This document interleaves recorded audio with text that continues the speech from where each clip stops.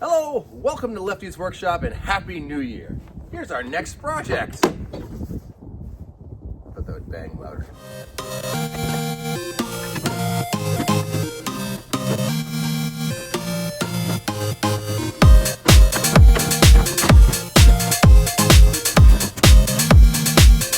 And here it is, it's a 1970s, 80s Delta-Rockwell Belt sander. Don't mind the toque, it's cold down here in the workshop. It's January and it's like 20-something outside. Also, I broke my finger on ice. Great things. So I don't know much about this, other than the fact that it was free. I'd been looking for a big Delta-Rockwell Belt sander for a while, and then this popped up on Marketplace for free. The guy said it came with his house and he didn't pay for anything for it, so he was gonna just pass it on to someone. Nice guy. This is my 1940 plain old Delta bandsaw. These were made around the same time, but this one is much later because a lot of these have this base on them, but this has this pressed steel base. So the plan here is gonna take it all apart, change out all the bearings. I don't even know if the motor works, paint it, and use it. Should I plug this into the wall to see if the motor works? What's the worst that could happen? All right, let's see if the motor works.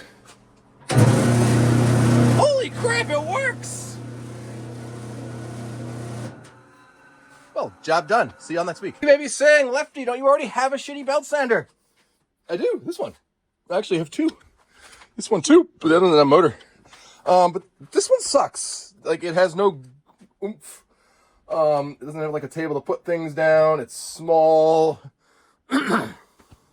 Yeah, I just want something to do. And a bigger one. Yeah, bigger's better. On a side note, this one's gonna be for sale soon. So if anybody wants a decent belt sander for like $50, let me know. You can see it's missing some parts. It's supposed to have a cover up here, and then it's supposed to have a little flappy thing here. The whole point of that stuff is this down here is what I really wanted. You can hook a vacuum cleaner up to this, and it supposedly sucks all the dust out, but it's not gonna work if it's missing pieces of the system. So off to eBay.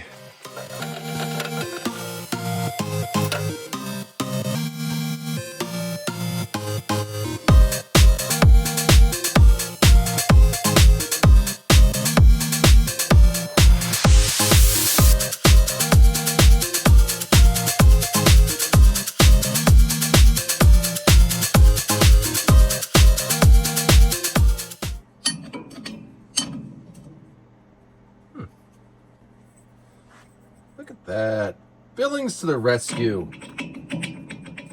All right, we got a 1-inch wrench here. Got an 1.25 inch over here. All right, that just appears to be safe. Maybe it goes the other way. Maybe it's left-hand thread. Can y'all see? Yeah. Oh, it was left-hand thread.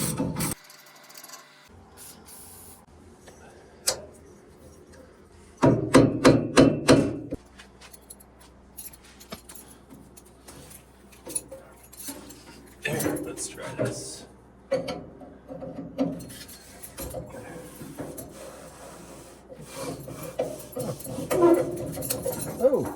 Oh, surprising thing here. Okay.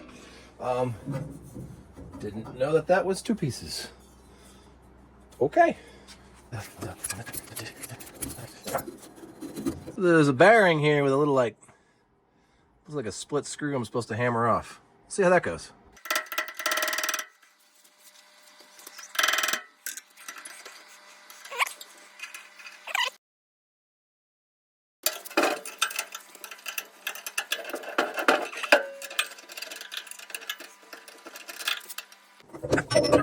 So here's the setup. We're gonna do kind of like a reenactment.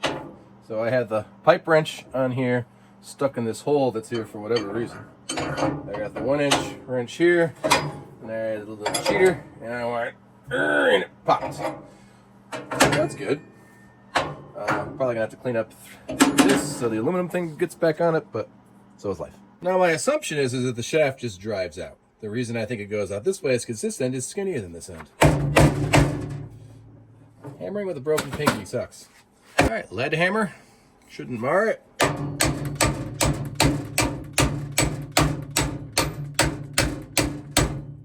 Oh, it's moving. Yay! Then we just gotta pound out this bearing that's stuck in here.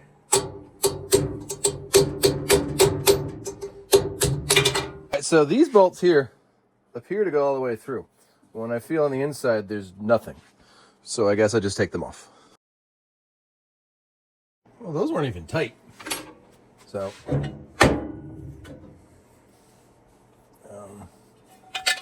oh, the bolts on the inside. That's how I get out that bearing.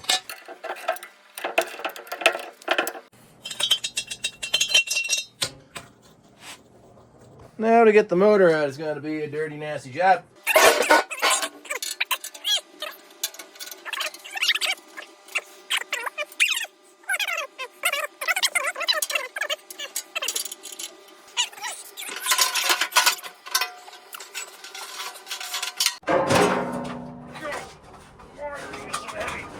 Stuck. Let's see what we got. This is made for, oh good, 115. It is made for this voltage. All right. Let's see how bad it is. When I started it before, it made an angry noise. It is, look, the outside looks in great shape. It's a Rockwell, made in the United States, 1 horsepower, 60 cycles, 115 volts motor. All right. Oh, that don't sound bad at all. It's a little dirty.